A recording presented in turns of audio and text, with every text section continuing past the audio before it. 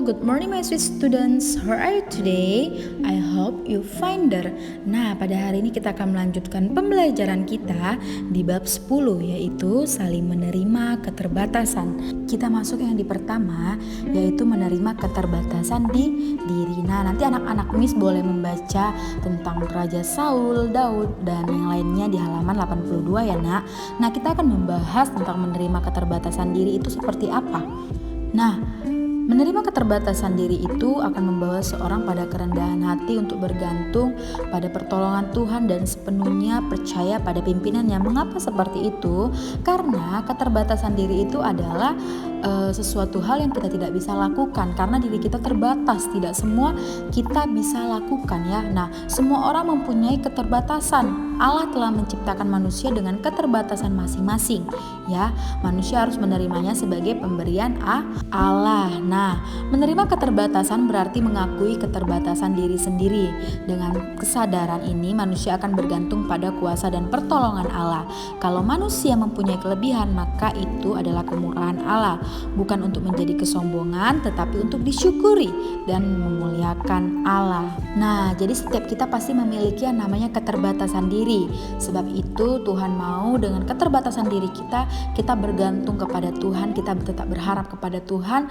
Karena Tuhanlah yang dapat membantu kehidupan kita. Oke, nah kita masuk yang kedua, yaitu menerima keterbatasan orang lain. Nah, ketika kita menerima keterbatasan diri kita sendiri, kita juga harus menerima keterbatasan orang lain. Kenapa? Karena seperti yang Miss bilang tadi, bahwasannya semua orang memiliki keterbatasan, sehingga kita harus sama-sama saling menerima. Karena apa? Karena agar kita juga diterima oleh orang lain atas keterbatasan diri kita sendiri.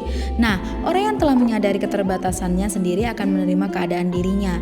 Yang dilakukannya adalah bersyukur kepada Tuhan dan berterima kasih atas kebaikan orang lain. Nah, kenapa kita harus bersyukur kepada Tuhan? Karena tadi bahwasannya dibalik dari setiap keterbatasan yang kita miliki, nah di situ juga akan ada yang namanya kelebihan yang telah Tuhan siapkan untuk kehidupan kita. Nah, sikap yang benar kepada sesama adalah menerima keterbatasan orang lain dan menunjukkan kebaikan hatinya. Jadi kita tidak boleh memandang-mandang tentang keterbatasan orang lain, bahkan menjauhi hanya karena keterbatasan orang lain.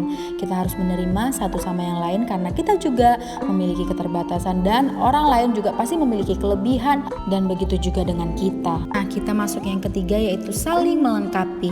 Nah, kenapa kita harus melengkapi? Karena tadi itu di setiap kehidupan, di setiap orang pasti memiliki keterbatasan, sehingga kita memerlukan satu sama yang lain untuk saling melengkapi ya. Mengapa Allah menciptakan manusia dengan keterbatasannya masing-masing? Bukankah Allah berkuasa menciptakan manusia yang sempurna seperti dirinya? Akan tetapi Allah tidak melakukannya ya. Allah menciptakan Adam, manusia pertama, dari debu, lalu menciptakan Hawa dari tulang rusuk Adam. Adam diciptakan sebagai seorang laki-laki dan Allah memandang bahwa tidak baik kalau manusia itu seorang diri. Nah, sebab itu kita saling melengkapi. Tidak ada manusia yang dapat hidup seorang diri. Semua orang membutuhkan apa? Sesamanya, membutuhkan pertolongan, membutuhkan orang di sekitarnya. Kenapa? Karena manusia juga adalah makhluk sosial. Oke nak? Cukup sekian pembelajaran untuk hari ini. See you next week. Bye bye.